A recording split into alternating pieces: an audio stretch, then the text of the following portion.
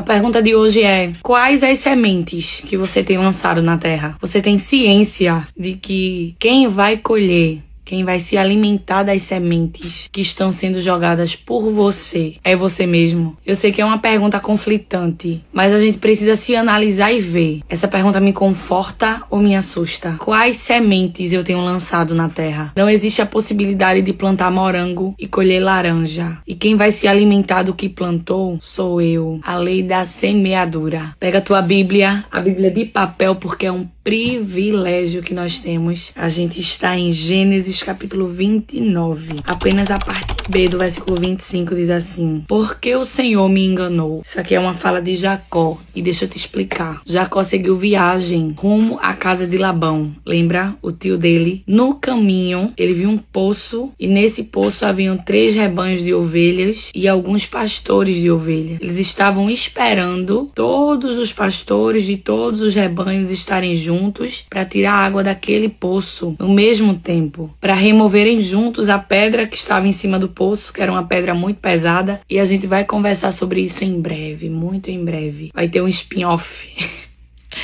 do versículo 1 até o versículo 3 do capítulo 29, aguardem. E quando Jacó se aproxima daqueles homens, Jacó pergunta a eles se eles conheciam Labão, o neto de Naor. E eles lhe responderam que conheciam sim. E Jacó perguntou se ele ia bem, se ele estava bem. E eles responderam. E naquele diálogo ali, quem vinha se aproximando era Raquel, a filha de Labão. Ela era pastora de ovelhas, ela vinha se aproximando com o rebanho de seu pai. Quando Jacó viu, ao ver Raquel se aproximando, Jacó ofereceu ajuda. Eu quero que vocês imaginem isso aqui. Ele observou, ela se aproximou, ele ofereceu ajuda, ajudou ela a dar água ao rebanho, se apresentou. O versículo 11 diz que ele se apresentou para ela, beijou ela e chorou em alta voz. Raquel, por sua vez, correu para contar ao seu pai Labão o que estava acontecendo. E eu quero que tu observe esse ponto importante. Labão chegou, viu Jacó, recepcionou Jacó de uma maneira incrível, abraçou, ouviu o que Jacó tinha a dizer, disse: realmente você é da minha família. O objetivo de Jacó era ficar hospedado na casa de Labão, objetivo concluído com sucesso. Labão disse: vai ficar na minha casa? Isso sou eu conjecturando. Jacó ficou na casa de Labão. A Bíblia diz que Labão tinha 2 filhas.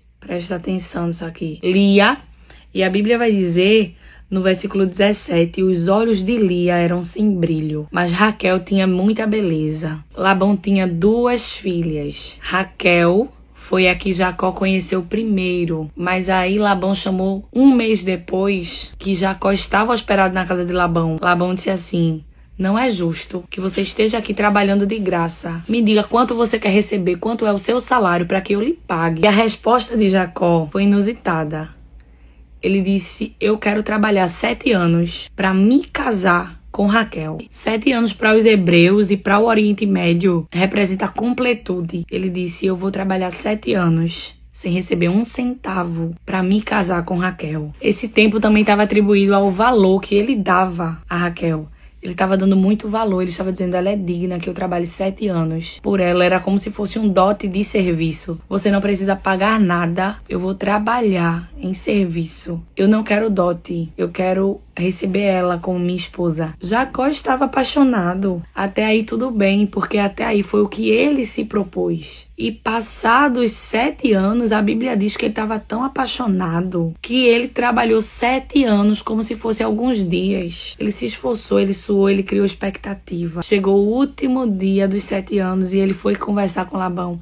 Labão segurou a sua palavra, preparou uma festa de casamento. Chamou vizinhos, chamou amigos, casou. No final do dia, quando estava tudo escuro e anoitecido, Labão pegou sua filha para entregar a Jacó. Jacó deitou com ela, teve a sua lua de mel. E ao acordar pela manhã, não era Raquel, era Lia. E eu quero que tu preste muita atenção nisso daqui, porque a gente vai abrir 2 vertentes aqui. A decepção de Jacó por ter sido enganado depois de trabalhar 7 anos, mas a perspectiva de Lia, que já não tinha brilho nos olhos, considerando o fato de que os olhos, elas são as janelas da alma. Então, já não tinha brilho nos olhos de Lia. Imagine, ela casou obrigada. O pai dela colocou ela para casar com Jacó. Ela sabia que Jacó era apaixonado por Raquel. Ela foi casar com Jacó, sem direito de escolha, porque mulher não tinha voz nem direito naquele tempo. Ela obedeceu, mas imagina como estava a alma daquela mulher. Não esquece de Lia. A gente vai conversar sobre isso. Jacó acordou, viu Lia e prontamente ele foi perguntar ao seu sogro: por quê? Por que você me enganou? Eu estou há 7 anos trabalhando para casar com Raquel. Aí o Senhor me lembrou diretamente do versículo 35 do capítulo 27, quando Isaac disse a Esaú: seu irmão esteve aqui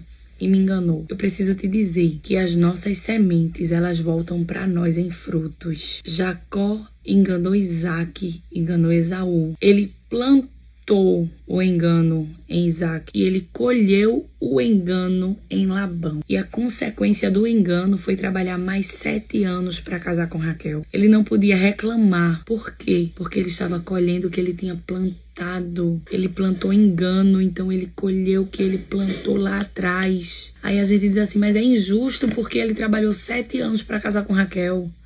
Mas Esaú saiu de casa para caçar. E a Bíblia não diz quanto tempo ele passou se esforçando para pegar uma caça, para preparar um ensopado para o pai dele.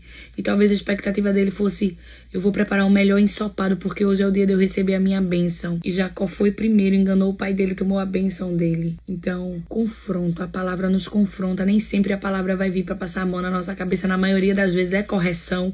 E que bom para que a gente ande nos caminhos que a gente deve andar no Senhor. Quais as sementes que eu estou lançando? Eu estou pronta para me alimentar dos frutos das sementes que eu estou lançando na terra. Eu não tenho direito nenhum de reclamar com Labão, porque eu fui enganada, porque o Espírito Santo ele vai me convencer. Ele vai me lembrar que há um tempo atrás eu enganei Isaac para tomar a bênção de Esaú. Então eu não posso reclamar quando Labão vier tomar a minha bênção, sabe? Às vezes a gente não fala, mas o Espírito Santo lembra: você tá passando por isso porque você plantou aquilo ali lá atrás. Se alimente do fruto e peça a graça a Deus. Peça misericórdia a Deus. Vai receber a bênção sim, mas vai ter que trabalhar 7 anos a mais. Lembra do primeiro esmagados? Deus não vai te livrar das consequências do pecado que você decidiu cometer. Deus não vai te livrar de colher os frutos que você decidiu plantar. É uma palavra conflitante, mas é para nós. É o Espírito Santo nos direcionando. Vamos rever essas sementes. Vamos ver o que é que a gente está jogando na terra. Será que tu aguenta se alimentar dos frutos dela? Vamos refazer a rota. Vamos melhorar.